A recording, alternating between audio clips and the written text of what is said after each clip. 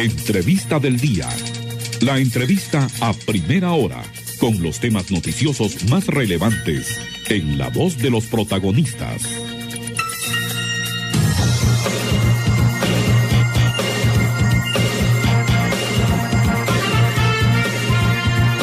Mañana 12 minutos. Los servicios de inteligencia en sociedades democráticas. Así se titula el acto que habrá hoy, un seminario en el que el invitado especial es el doctor Manuel Ugarte, que es experto en legislación de seguridad e inteligencia.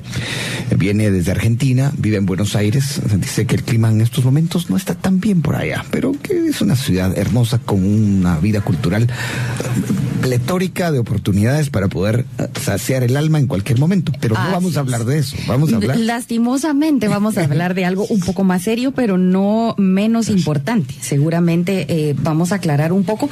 Y voy a comenzar, doctor, buenos días, con la más básica de las preguntas. Usted ayúdenos a entender el concepto de inteligencia. En este sentido, inteligencia en una sociedad democrática. Bueno, en primer lugar, un gran placer de estar en Guatemala, realmente. Yo quiero mucho Guatemala, me siento amigo de Guatemala, estuve muchas veces aquí, trabajé inclusive en Minúa, ¿no? 13, 14 veces dice que ha venido a Guatemala. Y mire, no, creo que, si es más probable que me quede corto, ¿no?, que exagere, ¿no? Realmente, bueno, siempre me ha sido realmente muy interesante este país. Lo único que lamento es no venir una vez como turista, ¿no? Pero bueno, algún día será, espero, ¿no? Bueno, ¿qué es la inteligencia?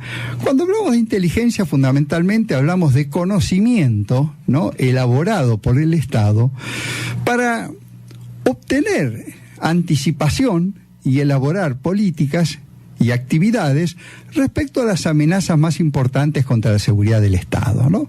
Básicamente eso se trata.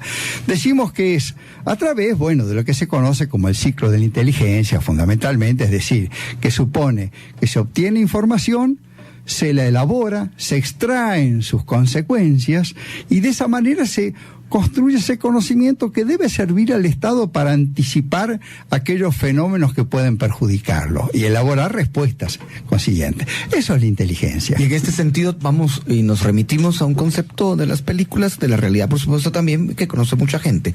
La CIA, la Agencia Central de Inteligencia, ¿a eso nos referimos? En realidad nos referimos a toda la actividad de inteligencia de todos los estados. Por supuesto que la legendaria Central Intelligence Agency, ¿no?, por sus enormes recursos, su poder, etcétera, bueno, realmente es muy conocida. Pero también, bueno, también realiza inteligencia la Secretaría de Inteligencia Estratégica del Estado, la Dirección General de Inteligencia Civil, ¿no?, y la Dirección de Inteligencia del Estado Mayor de la Defensa Nacional de Guatemala, también realiza inteligencia, ¿no? Es decir, todos los países. Mire, la inteligencia realmente es absolutamente imprescindible para todo Estado moderno. Usted no puede tomar decisiones en materia de amenazas a la seguridad o inclusive de oportunidades en el exterior sin tener ese conocimiento que le brinda la inteligencia, ¿no? Ahora, la inteligencia también tiene cierto elemento de riesgo para el Estado democrático, ¿no? Es decir, el Estado democrático no es más democrático por la inteligencia, sino que la inteligencia supone un compromiso necesario que debe adoptar el Estado para contar con ese conocimiento que es valioso, ¿no? ¿Por qué? ¿A qué me refiero? La actividad de inteligencia no es una actividad secreta, pero es una actividad que tiene secretos, tiene que tener secretos. Son secretos las identidades de la gente que lo practica, las fuentes de que se vale, los métodos, las operaciones de inteligencia, son secretos y tienen que ser secretos. Además, la actividad de inteligencia se maneja con un régimen de fondos, que aunque no significa que no va a tener controles, ¿no?, pero es un sistema de control y de rendición distinto, porque está destinado a proteger el secreto. La actividad de inteligencia utiliza medios técnicos capaces de penetrar la intimidad de los habitantes, ¿no? Entonces, si la base del Estado democrático, ¿no?, por excelencia, es la publicidad de los actos de gobierno, aquí nos encontramos con una importantísima excepción. Esa excepción es la actividad de inteligencia. ¿Cómo se logra compatibilizar esa circunstancia, ¿no? Esa excepción al Estado democrático con el fortalecimiento de la democracia. Se logra a través de dos aspectos fundamentales: los límites a la actividad de inteligencia y el control de que debe ser objeto de la actividad de inteligencia. Solamente a través de los límites y del control, la actividad de inteligencia se vuelve compatible, digamos, con el Estado democrático. ¿Quién ejerce ese control, doctor? Bueno, hay muchos sistemas de control, ¿no?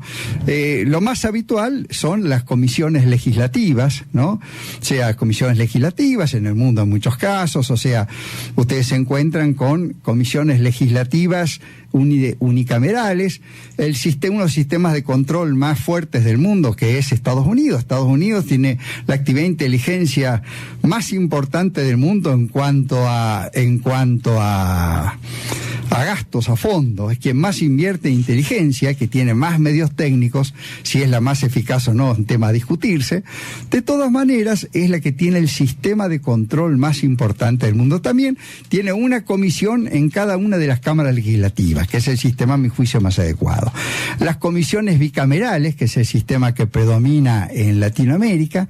Por otra parte, hay países como España que tienen una comisión en el Congreso de los Diputados, en una sola de las cámaras legislativas, y hay países que tienen un sistema muy interesante, el caso de Canadá, por ejemplo, el caso de Bélgica, el caso de Holanda, en el cual lo que hace el órgano legislativo es designar a una comisión formada no por parlamentarios, sino por especialistas, que es la que ejecuta el control bajo la supervisión del Parlamento. Después, en el órgano ejecutivo, muchos países tienen, o también derivado del órgano legislativo, un sistema muy bueno que son los inspectores, ¿no? Es decir, inspectores o comisionados parlamentarios también. En el caso de Estados Unidos, bueno, son designados por el presidente con intervención a las comisiones legislativas. En otros países, como el caso, de Sudáfrica, por ejemplo, hay muchos más, ¿no? Son comisionados parlamentarios, pero además de la comisión de control, hay una persona sola que está encargada, ¿no?, de velar por este asunto, ¿no? Después, hay muchos órganos de control. Los propios ministerios a veces funcionan como órganos de control, ¿no? Pero la prensa en algún momento podría ejercer, no digo control, pero por lo menos denuncias de abusos. Primer control. La prensa es el primer la opinión pública y la sociedad civil son el control más eficaz que hay, mire. Porque podría haber abusos de parte de esa inteligencia del Estado. Bueno, lamentablemente. Yo lo decía que siempre y pueden ingresar a ciertas intimidades. Lamentablemente son frecuentes los abusos, ¿no? Se producen en todo el mundo. En el caso de Estados Unidos, que tiene mejor control, recuerde el caso Irán-Contras, por ejemplo, ¿no? En el cual, a espaldas del Congreso, ¿no?, se realizó una actividad que estrictamente tendía a burlar la actitud del Congreso de rechazar apoyo económico para los contras nicaragüenses, ¿no?, por darle un ejemplo. En todas partes, la diferencia que hay entre los países que tienen controles eficaces y los países que no tienen controles eficaces, ¿no?, es que en los primeros las irregularidades se cometen, pero se pagan al contado y de manera pesada. En los países que tienen controles que no funcionan adecuadamente, no hay pago. Bueno, hay mucho que platicar al respecto. Sí, me quedé con un montón de dudas, pero tenemos etiqueta para los oyentes que están sintonizando a primera hora, es EU Seguridad. EU Seguridad. Son las 9:21. ¿Quiere hacerle otra pregunta? Pero va a ser larga al regreso, larga, ¿sí? ¿O no? Es que yo me quedé con la duda. La pregunta es corta. La respuesta. Usted ha hecho un estudio en muchos países. ¿Cuál sería el país que mejor maneja estos controles? En América Latina, digamos. Bueno, en América Latina realmente, yo le diría, control eficaz, siento decirlo con tristeza, no hay en ningún país, ¿no? Ahora, un un país que tiene un sistema de inteligencia que ha funcionado con pocas irregularidades es la República de Chile. Y esto, buena parte, se deriva de una serie de factores, ¿no? En primer lugar, las Fuerzas Armadas chilenas tienen una tradición de profesionalismo muy importante y dedicación a la defensa, entonces no suelen inmiscuirse en cuestiones internas. En segundo lugar, la que han tenido en Chile, han hecho borrón y cuenta nueva cuando se constituyó la democracia, el organismo que existía, la Central Nacional de Inteligencia, que era la heredera de la DINA, ¿no? Muy conocida, ¿no? Bueno, la disolvieron, ¿no? Se la disolvió. El propio gobierno militar la disolvió y transfirió sus elementos a otros elementos de las Fuerzas Armadas. Entonces tuvieron que empezar de cero. Entonces los chilenos, despacito, primero con el Consejo de Seguridad Pública que llamaron la oficina, después con la DISPI, Dirección de Seguridad Pública e Información, y luego con la ley de 1973-4 actual, y la Agencia Nacional de Inteligencia, la ANI, crearon un sistema de inteligencia muy cuidado, en su momento formado por militantes de la Concertación, pero luego se incorporó otra gente, relativamente pequeño, no muy grande, y en una ley muy cuidada en cuanto a competencias, ¿no? Entonces realmente son los que hoy por hoy tienen, mire, hay un termómetro muy importante que son las denuncias, que aunque son muy difíciles de comprobar, pero en países en los cuales hay múltiples denuncias respecto de intromisiones en materia política, bueno, usted ya sabe que las cosas no andan bien. En el caso de Chile se han manejado con mucha prudencia, y yo diría que no por la eficacia del control, ¿no? Sino fundamentalmente porque todo el sistema en su conjunto se ha manejado con prudencia, ¿no? Bueno, hay mucho que platicar con el doctor Ugarte, pero también tenemos que ir a la pausa. Ahora sí, Marielos. Y para que usted también platique con el doctor, la etiqueta es EU Seguridad, son las 9:24. Hora perfecta para que la diga Marielos Fuentes. Son las 9:29. Que suene, por favor. Capicúa, perfecto. Y vamos ahora a seguir conversando con el doctor Manuel Ugarte. Es el experto en legislación de seguridad e inteligencia, que es el invitado especial en el seminario de hoy, los servicios de inteligencia en sociedades democráticas. Va a ser en el Hotel Hilton Garden a las 4:30 de la tarde, cerrando julio, el 7º mes. Hay preguntas que vienen a nuestra etiqueta. Sí, llegan más preguntas, doctor, y había una que quedaba de lo que usted estaba conversando. La etiqueta es EU Seguridad. Nuestro invitado, el doctor Manuel Ugarte. Y la pregunta es, ¿hasta dónde llega la inteligencia y en qué momento se convierte en espionaje? Magnífico. Mire, la inteligencia... Pregunta. Muy buena pregunta. Bueno, en general, como las que me hacen aquí, mire, no son preguntas sencillas tampoco. ¿Hasta dónde llega la inteligencia? La inteligencia en un Estado democrático no puede abarcar todo. Tiene que estar limitada exclusivamente a las reales amenazas contra el Estado y contra la seguridad del Estado y contra el sistema democrático, ¿no?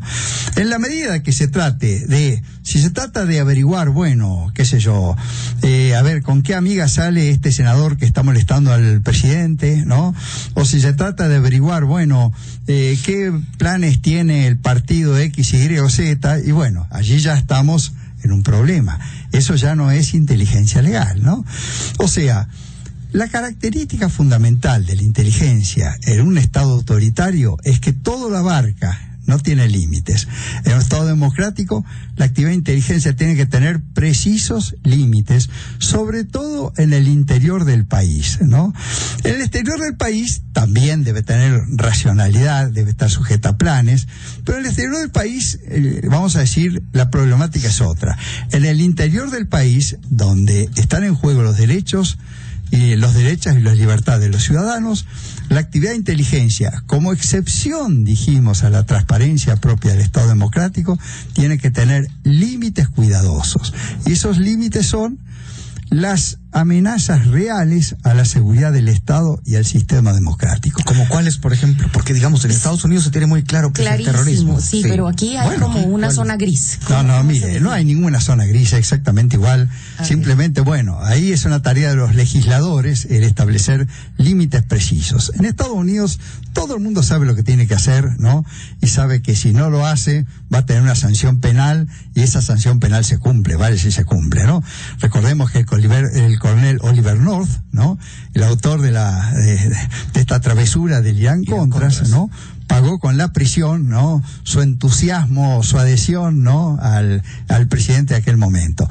Volviendo entonces, Fundamentalmente, ¿no? Lo que decimos es que, primero, espionaje de países extranjeros, ¿no? Sabotaje de países extranjeros o de propios eventualmente, ¿no? Operaciones encubiertas que puedan realizar otros países. Terrorismo, pero terrorismo, bueno, cuando hablamos de terrorismo fundamentalmente, ¿no? Estamos hablando de organizaciones que pretenden alcanzar objetivos políticos empleando la violencia, ¿no? Y bueno, esto es muy claro, o sea, no tiene nada que ver, no tiene ninguna relación con actividades de disenso o actividades de protesta legal. Eso es otra historia, ¿no? Ni que hablar, bueno, actividad sindical, huelgas, bueno, eso no es terrorismo de ninguna manera, ¿no?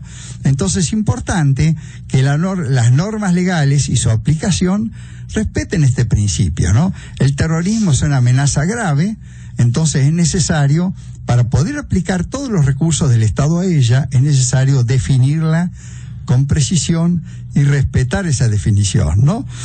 Eventualmente, bueno, podría haber algún fenómeno, en principio el delito organizado, yo creo que es más propio de la inteligencia criminal, que es una, si usted quiere, derivación de la actividad de inteligencia, pero no comprendida dentro de lo que llamaríamos el concepto estricto de la...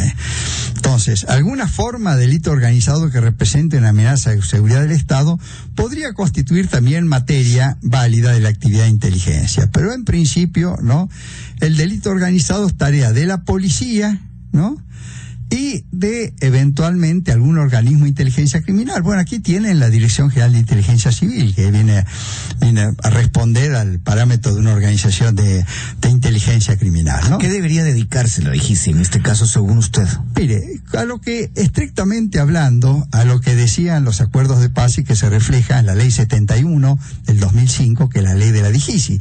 Es decir, al delito organizado y a la delincuencia común, pero no, entendámonos, hay que hacer una precisión muy clara. La actividad de inteligencia no investiga casos judiciales, ¿no? La actividad de inteligencia, hay que distinguir inteligencia de investigación criminal. La investigación criminal supone un caso criminal, averiguar si se cometió un delito, quiénes fueron sus autores, colaborar con la justicia para la obtención de pruebas válidas para el proceso penal.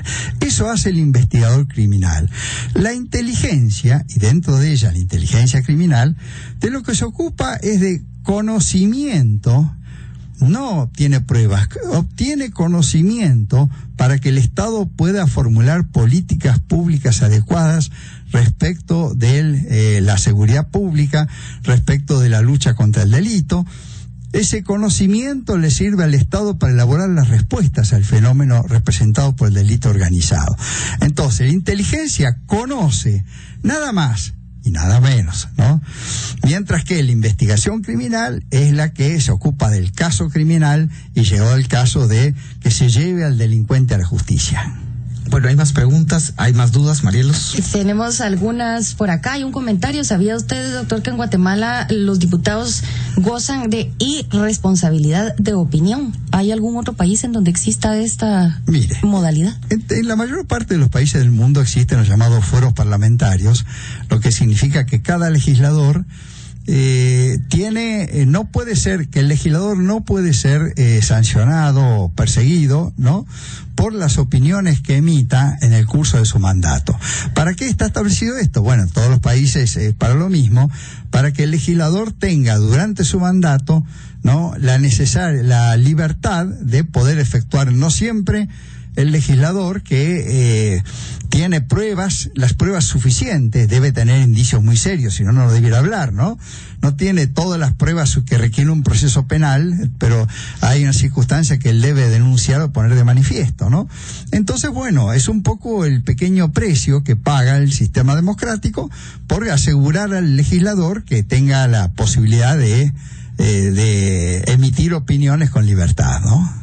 Hay aquí un mensaje de Sergio, que es un oyente asiduo de A Primera Hora. Dice: estaba más que seguro que el tema a tratar hoy en A Primera Hora era el disfraz presidencial como tema de actualidad preocupante y sintomático.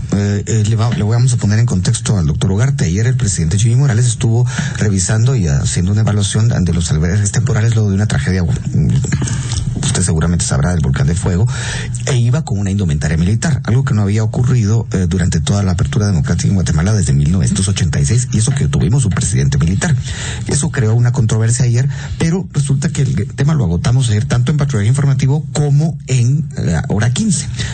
Aprovechando este mensaje de Sergio, quisiera preguntarle, ¿hay alguna tendencia, sobre todo en este lado del mundo, a que se militarice la inteligencia como tal, la inteligencia del Estado? Bueno, lamentablemente sí, claro que la hay, absolutamente clara, mire. Y realmente se ve, hay determinados síntomas, ¿no? Por ejemplo, en Ecuador se ha anunciado hace poco la disolución de la CENAIN. Todavía no se concretó, pero bueno, hay que modificar para eso la Ley de Seguridad Pública del Estado ecuatoriana, veremos si se hace.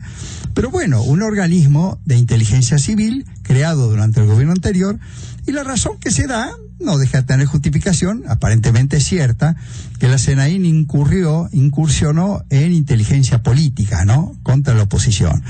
En estos casos lo que uno piensa es que lo que hay que hacer es castigar a todos los que cometieron irregularidades, ¿no?, sin perdonar a ninguno, pero no por eso suprimir el organismo y que quede la actividad de inteligencia en manos militares, ¿no?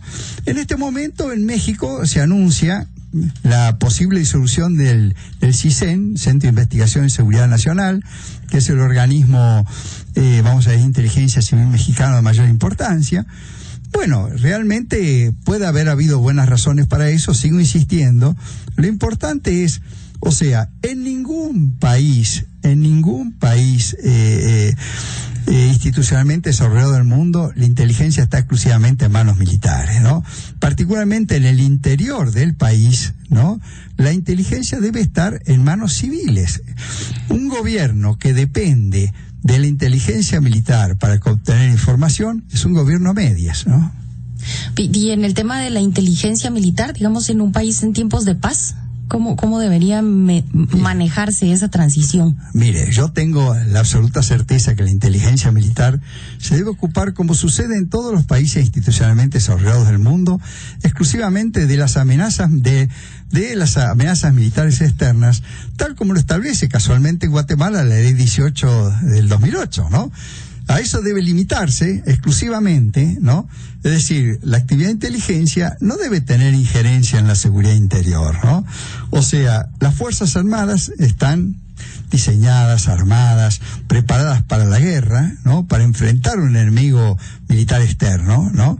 Y la inteligencia debe tener la misma característica, ¿no? Esto es fundamental. Ahora, como en América Latina, durante la Guerra Fría, las Fuerzas Armadas, como se sabe, controlaban la seguridad interior, y ejercían el gobierno, ¿no? Entonces, los organismos de inteligencia se caracterizaban por tener una competencia absolutamente ampliada a todos los sectores de la sociedad, ¿no? Y esas son las deformaciones que todavía en muchos casos permanecen en nuestros países y que debemos tratar de superar. Bueno, llegan más mensajes a través de la etiqueta, si usted quiere enviarlo por Twitter, es EU Seguridad, y hay uno que dice: en nuestro país los sistemas de inteligencia sirven para proteger a los funcionarios y no a la población. Bueno, si esto fuera así, espero que no sea así. Si esto fuera así, sería realmente un grave desvío. Mira, la actividad de inteligencia debe tender al bien del Estado, al bien común, a la protección del Estado, no de los funcionarios. Los funcionarios se deben proteger a través de su conducta, a través de su adecuada gestión, y si esta gestión no fuera adecuada, tienen que responder ante los órganos pertinentes, ¿no?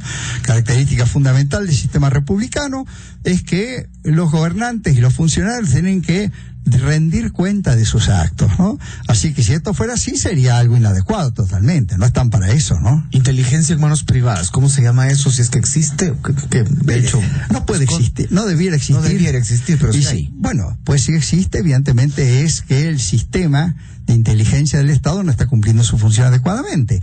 Mire, si hay algo que es propio de la soberanía del Estado, es la seguridad pública, la defensa y la inteligencia, ¿no?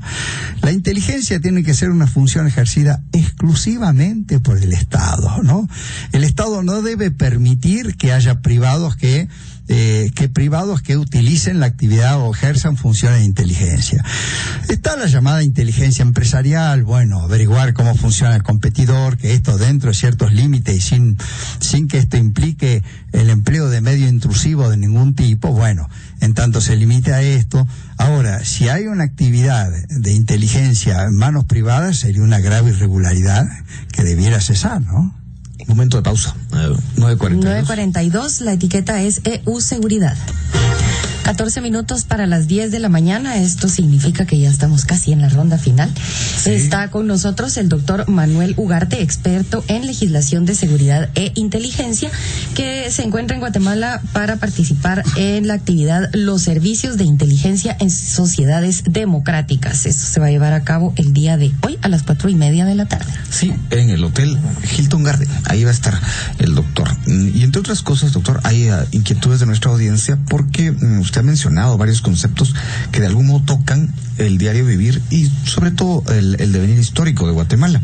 Por ejemplo, hay un mensaje que me llama mucho la atención, el de Rafael. Dice: en su momento existieron las redes de orejas, esto lo ponen entre comillas, que le ponían el dedo, esto también está entre comillas, sin distinción, información que no era refinada ni analizada, solo información, todavía operan bajo la luz. Ese concepto de orejas, ¿es un concepto familiar para usted en el sentido de...? Mire, absolutamente. Lo llamaríamos más elegantemente los informantes, ¿no? Más elegantemente. Pero básicamente es lo mismo, ¿no? Es decir, lo que se trata en Guatemala, particularmente, bueno, como ustedes saben, la Dirección de Inteligencia del Estado Mayor de la Defensa tuvo un despliegue realmente extraordinario en épocas de gobiernos militares en la sociedad guatemalteca, donde realmente, bueno, había una cantidad muy importante de personas que eran trabajadores informales o informantes. Bueno, no vamos a hablar de lo que sucede en esta época, ¿no? Solamente lo que vamos a destacar es que, en fin, es algo que no es demasiado extraño, no solo a Guatemala, sino a otros países latinoamericanos, y que realmente el problema fundamental de qué se trata es esto, ¿no? La inteligencia en los países latinoamericanos surgió con algunas excepciones, como el caso de Argentina o Brasil, pero que luego pasaron a estar controladas también. No, surgió durante la Guerra Fría y como tal durante dictaduras militares, ¿no? Entonces, la consecuencia fue que los organismos de inteligencia, los gobiernos militares, se ocupaban de estudiar toda la sociedad, ¿no? Se hablaba en aquella época de los factores, el factor político, había que conocer la actividad política, el factor cultural, conocer toda actividad cultural, el factor económico, conocer, bueno, o los componentes también económicos, todo el funcionamiento económico del propio Estado, el factor estudiantil, el factor sindical. En definitiva, para resumiendo, ellos entendían que debían conocer el acontecer de toda la sociedad, porque dentro de la sociedad se escondía el enemigo interno, el enemigo subversivo, ¿no? Bueno, esto como consecuencia, ¿qué dejó? Una herencia de amplísimas competencias, organismos de inteligencia, es decir, posteriormente cuando viene cierta institucionalización de la actividad de inteligencia, se mantienen competencias demasiado amplias de los organismos de inteligencia. Los organismos de inteligencia muchas veces siguen con la idea de que tienen que conocer todo lo que sucede dentro de la sociedad. Y esto es precisamente una de las cosas que es más importante reformar, establecer competencias muy precisas realmente, como decíamos, amenazas reales a la seguridad del Estado y sistema democrático para concluir con estas circunstancias, ¿no? Y los abusos, controlar efectivamente, y si hay abusos, ¿no? Es la manera fundamental de disminuir el número de orejas, ¿no? Orejas. Bueno, aquí hay mensajes, sostiene Marielo. Hay uno de Tolerancia Cero que dice: inteligencia es control y espionaje, y vigilancia de la oposición, y resultado, represión. Es mal utilizada en nuestro país. Nosotros no queremos volver a esos tiempos, pero sentimos que lo estamos viviendo hoy día. ¿Usted cómo lo ve, doctor? Bueno, ahí tengo algo más que manda Osvaldo Samayo, que es una fuente que viene asiduamente también aquí al programa. Dice: nos preocupa mucho que en un ejercicio alejado de la ley del marco del sistema de seguridad nacional, ley marco del sistema nacional de seguridad, el referido consejo está llevando a cabo investigaciones para determinar qué personas pueden representar un enemigo del Estado. O sea, están en la misma línea. Mire, bueno, realmente le digo una cosa, no conozco esas investigaciones. Lo que sí quiero dejar en claro es lo siguiente, ¿no? realmente la inteligencia, ¿no es cierto?, no puede ser concebida, ¿no?, respecto a la preocupación del oyente, no puede ser concebida como un medio a emplear contra la oposición de ninguna manera, porque la actividad de inteligencia no puede servir a un partido político determinado o ni siquiera a un gobierno determinado. La actividad de inteligencia debe servir al Estado, ¿no? Y las amenazas que debe ocuparse la actividad de inteligencia son las amenazas contra la seguridad del Estado y el sistema democrático. La oposición, mientras se mantenga dentro de la ley, no puede en ningún caso constituir un objetivo válido de la actividad de inteligencia, ¿no? Esto es un punto fundamental si queremos una actividad de inteligencia congruente con la democracia, ¿no? Es algo que hay que mantenerse firme en eso. Una pregunta muy breve, ¿el evento tiene costo? O sea, ¿hay que pagar para ir al evento? Pues con toda franqueza no lo sé, mire. Ah, qué pena. Bueno, Fíjese pero tal que vez lo encuentra en las redes sociales. Yo ahora mismo voy a detener porque tampoco lo sé. Averiguarle a Marcos, que es quien... No lo creo, sinceramente, pero bueno, Sí, no yo soy no lo creo tampoco. No soy quien lo organiza. Acá viene otra pregunta. Amparados en la inseguridad que se vive en un país, ¿puede cualquier ciudadano ofrecer servicios de inteligencia como un servicio cobrado? Mire, de ninguna manera un ciudadano, puede... O sea, un ciudadano no es un órgano de inteligencia, ¿no? O sea, no puede ofrecer servicio de inteligencia. Si tiene una información que es válida, una información que es útil para un organismo de inteligencia y que hace las competencias, en fin, imaginemos, ¿no?, algún tipo de conspiración, por ejemplo, para atentar contra un alto funcionario, lo que fuere, ¿no? Bueno, y si esa información eventualmente es útil para el Estado y esta persona decide venderla, bueno, podría perfectamente y válidamente, podría el organismo de inteligencia comprarle esa información, ¿no es cierto? Lo que quiero decir es que no hay que confundirse entre la persona que ofrece una información y la vende, ¿no?, con un funcionario de inteligencia. El funcionario de inteligencia es una persona designada por el Estado que ha hecho una carrera, es decir, que tiene conocimientos, que ha recibido en la formación los valores necesarios, es decir, que conoce las normas legales y tiene el compromiso de cumplirlas, ¿no? Es decir, no es una persona que se ofrece ocasionalmente, tiene que ser una persona cuidadosamente formada y responsable, y responsabilizable, llegado el caso también, ¿no? Bueno, nos dicen y nos confirman que la actividad de hoy es de entrada libre. Ah, bueno, técnicamente perfecto. Entonces, no, solo pagar parqueo, eso es todo. Para que tome nota Marcos García y quienes están escuchando, el evento se va a llevar a cabo hoy a las 4:30 de la tarde en el Hotel Hilton. Bueno, doctor, se nos acaba el tiempo y creo que vale la pena que vayamos redondeando conceptos. Esto de la inteligencia, para mucha gente, como le digo, cuando hay una mentalidad de guerra fría y se piensa en aquellos tiempos, usted ya lo dijo, se veía el enemigo interno, pero hoy día puede ser una enorme herramienta para un Estado democrático y de alguna manera el Estado y su vocación democrática se puede medir un poco en cómo usa su inteligencia. Por supuesto que sí, definitivamente. Y en América Latina yo se lo diría por partida doble, inclusive, ¿no? ¿Por qué? Porque realmente la América Latina tiene una tradición, como decíamos, en materia de inteligencia que viene de la Guerra Fría, ¿no? Entonces, es necesario dejar de lado esos viejos conceptos, ¿no es cierto? Que la inteligencia era todo, que tenía que abarcar todo, que había que conocer a toda la sociedad, que es un instrumento del gobierno para aplastar a la oposición.